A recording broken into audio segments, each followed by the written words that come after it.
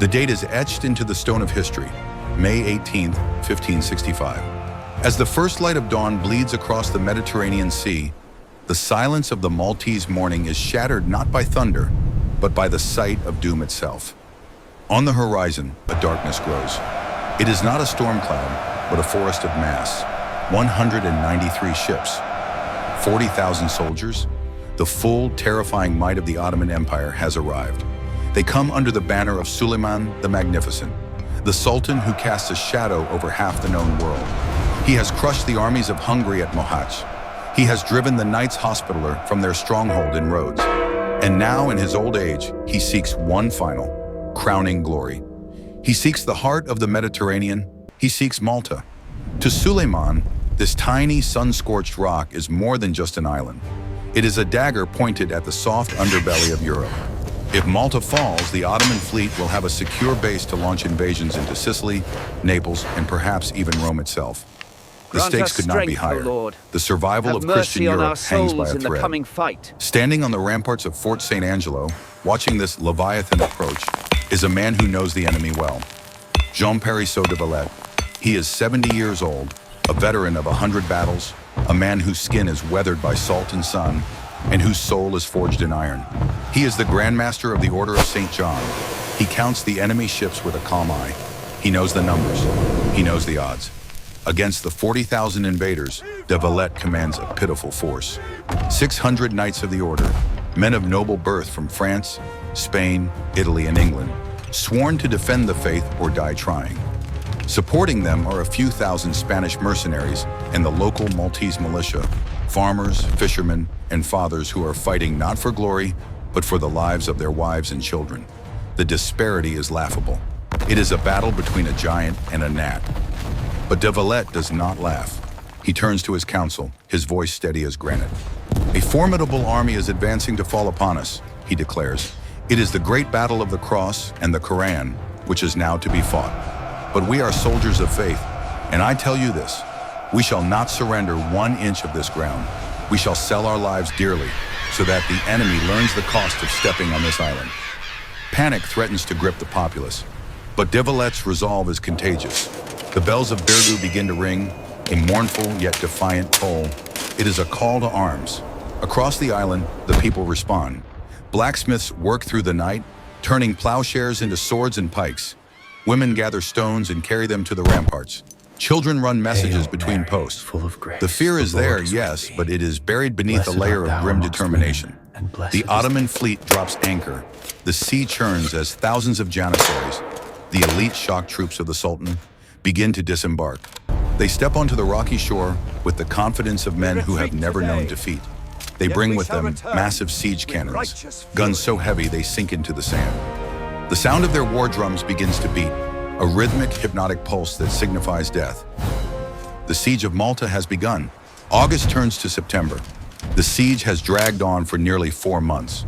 The situation inside the fortress is desperate. The food is gone. The water is foul.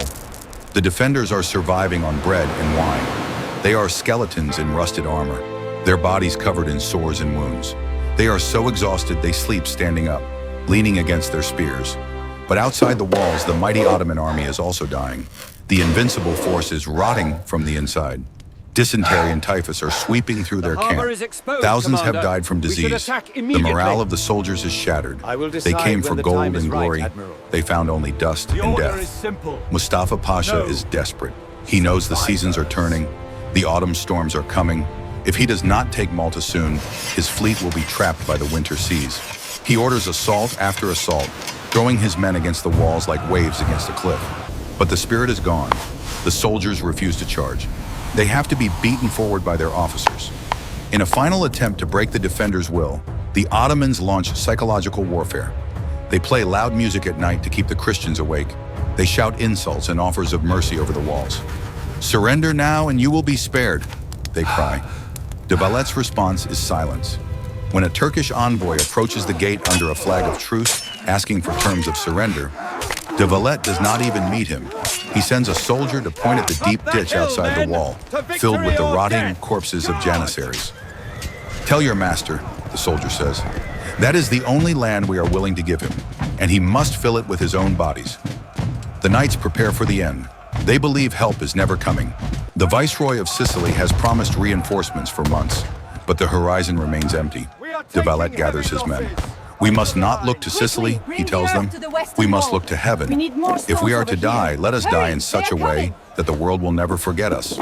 They take their positions on the ruined walls. They sharpen their broken blades. They wait for the final darkness. The fall of St. Elmo brings no joy to the Ottoman camp. Mustafa Pasha stands amidst the rubble, looking at the mountains of his own dead. He has lost 8,000 of his best men, including the legendary corsair Dragut, to take a tiny, insignificant fort. He looks across the harbor at the massive walls of Fort St. Angelo and whispers in despair, "If the child has cost us so dear, what price shall we pay for the parent?" Grief turns to rage. In a supreme act of cruelty, Mustafa orders the bodies of the dead knights to be decapitated. He has their corpses nailed to wooden crosses. Then he pushes them into the harbor, letting the tide carry the mutilated, headless bodies of the defenders across the water to the feet of the Grandmaster. It is a message of absolute terror. It is designed to break the spirit of the Christians, to make them beg for mercy. Jean de Valette stands on the ramparts of St. Angelo. He watches the gruesome flotilla of his brothers drifting towards him. His face is a mask of stone. Tears do not fall. Instead, a cold, terrifying resolve hardens in his heart. He turns to his commanders. "There will be no weeping," he says. "There will only be justice." He orders his Ottoman prisoners to be brought up from the dungeons. All of them. In full view of the Ottoman army across the water, the executioners step forward. The prisoners are beheaded. But de Valette is not done. He orders his gunners to load the cannons, but not with iron balls. They load the cannons with the severed heads of the Turkish prisoners. With a thunderous roar, the cannons fire. Bloody severed heads rain down upon the Ottoman camp. The message is sent. It is written in blood. There will be no negotiations. There will be no surrender. There will be no mercy. No quarter is the order of the day. This is no longer a war for territory. It is a war of extermination. The siege enters a new, darker phase. The gloves are off. The Ottomans, enraged by the disrespect, launch a full-scale bombardment of the main cities, Birgu and Senglea. They bring 65 heavy siege guns to bear. Day and night the islands shake. It is said the rumble of the artillery can be heard as far away as Sicily. The walls begin to crumble. The dust is so thick it chokes the lungs. But behind the walls, the people of Malta dig in. They know now what awaits them if they fall. There is no alternative but victory or death. Reload, quickly! Fire the cannons! Hold the line! Return fire now! We hit the tower! Burn, you dogs! July burns the island.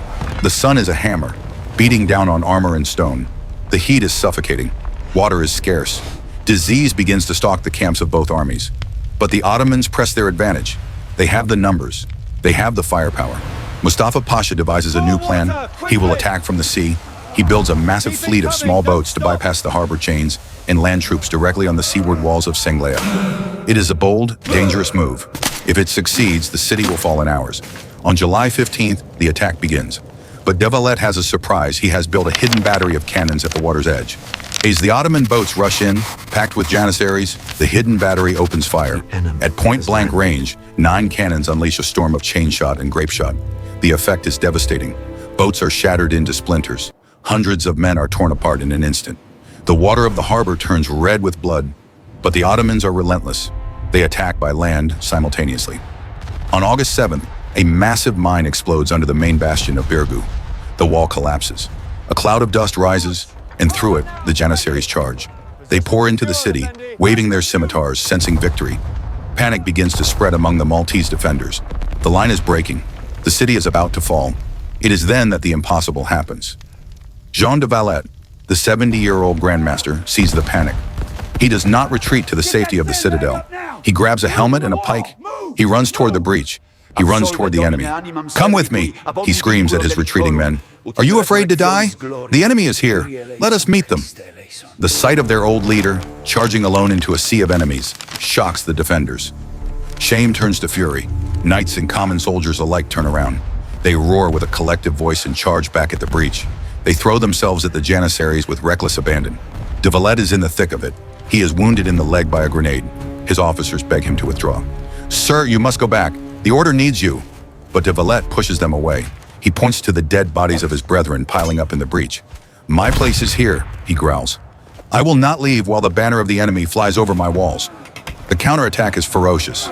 Step by step, inch by inch, they push the Ottomans back. They fight with pikes, with stones, with teeth. Finally, the Janissaries break. They are pushed back out of the city, back into the ditch. The breach is sealed, not with stone, but with the courage of an old man. Help me! It's on me! Retreat! Move! August turns to September. The siege has dragged on for nearly 4 months. The situation inside the fortress is desperate. The food is gone. The water is foul. The defenders are surviving on bread and wine. They are skeletons in rusted armor, their bodies covered in sores and wounds. They are so exhausted they sleep standing up, leaning against their spears. But outside the walls, the mighty Ottoman army is also dying. The invincible force is rotting from the inside. Dysentery and typhus are sweeping through their camp. Thousands have died from disease. The morale of the soldiers is shattered. They came for gold and glory. They found only dust and death. Mustafa Pasha is desperate. He knows the seasons are turning. The autumn storms are coming. If he does not take Malta soon, his fleet will be trapped by the winter seas. He orders assault after assault, throwing his men against the walls like waves against a cliff. But the spirit is gone. The soldiers refuse to charge. They have to be beaten forward by their officers. In a final attempt to break the defenders' will, the Ottomans launch psychological warfare. They play loud music at night to keep the Christians awake. They shout insults and offers of mercy over the walls. "Surrender now and you will be spared," they cry. De Valette's response is silence. When a Turkish envoy approaches the gate under a flag of truce, asking for terms of surrender, de Valette does not even meet him. He sends a soldier to point at the deep ditch outside the wall, filled with the rotting corpses of Janissaries. "Tell your master," the soldier says, "that is the only land we are willing to give him, and he must fill it with his own bodies." The knights prepare for the end. They believe help is never coming. The Viceroy of Sicily has promised reinforcements for months, but the horizon remains empty. De Valette gathers his men. "We must not look to Sicily," he tells them. "We must look to heaven. If we are to die, let us die in such a way that the world will never forget us." They take their positions on the ruined walls. They sharpen their broken blades. They wait for the final darkness.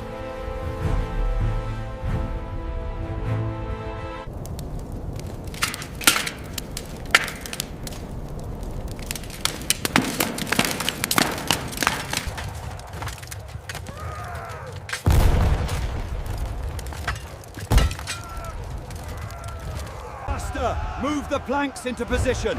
The attack begins at dawn.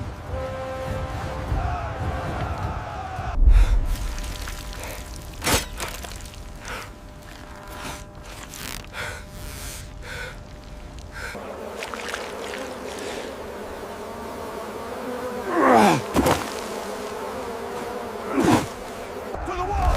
Move! Push forward. Do not let them retreat. Attack! Push it forward! Burn them all! The sea is burning! Jump now! Jump! September 7th, 1565. The sun rises on a broken island, but then a cry goes up from the watchtower. A sailor points a trembling finger at the horizon. Sails, white sails, and on them, the red cross of the Viceroy. The Gran Soccorso, the Great Relief, has finally arrived. 8,000 fresh soldiers from Spain and Italy land on the northern coast of Malta. The news spreads like wildfire. The bells of the cathedral begin to ring, a sound that has not been heard in months. Tears stream down the faces of the hardened knights. They embrace the Maltese women who fought beside them. They are saved. For the Ottomans, the sight of the relief fleet is the final blow. Panic sweeps through their camp. They overestimate the size of the new army. They believe they are about to be slaughtered. Mustafa Pasha orders the retreat. It is a chaotic, shameful rout. They burn their tents. They abandon their massive cannons, the basilisks that were supposed to conquer Europe. They run for their ships. The fresh Christian troops charge. They catch the retreating Ottomans on the beaches. It is a massacre. The sea turns red one last time. The invincible armada, the terror of the Mediterranean, limps away into must the move mist, to the broken citadel, and sir, defeated. for your safety. The siege is over. place is The here, cost is with the staggering. dead. Of the 40,000 Ottomans who arrived, only 10,000 returned home. Malta has lost a third of its population. Look at these The island is a lists. We are graveyard, losing but too it is a many free men. graveyard. Jean de Valette stands amidst the ruins of Birgu. He is an old man, weary relief beyond force is words. gathering. He looks at the destruction, at the bodies of friends and foes. He does not cheer. He kneels in the dust and offers a prayer of thanks. Non nobis Domine, he whispers. Not to us, O Lord, but to your name give the glory. All hands, Europe quickly breathes now. a sigh of relief. The Ottoman advance has been stopped. The shield of Christendom held, Suleiman the Magnificent, the Sultan who never knew defeat, dies a year later, his dream of conquering Rome unfulfilled. From the ashes of the siege, a new city rises, a city of stone palaces and mighty bastions, built to ensure that Malta would never again be threatened. They name it Valletta, in honor of the man who refused to yield. 5 centuries have passed. The cannons are silent. The screams have faded. But if you walk the ramparts of Valletta today, you can still feel it. The echo of the struggle, the spirit of the 600. It remains a testament to the power of faith, courage, and the unbreakable human will. The Siege of Malta was not just a battle, it was the moment when a few stood against many and saved a civilization. Burn the towers! Leave nothing! Fall back quickly now. A ellos! Por la victoria! Sabumba!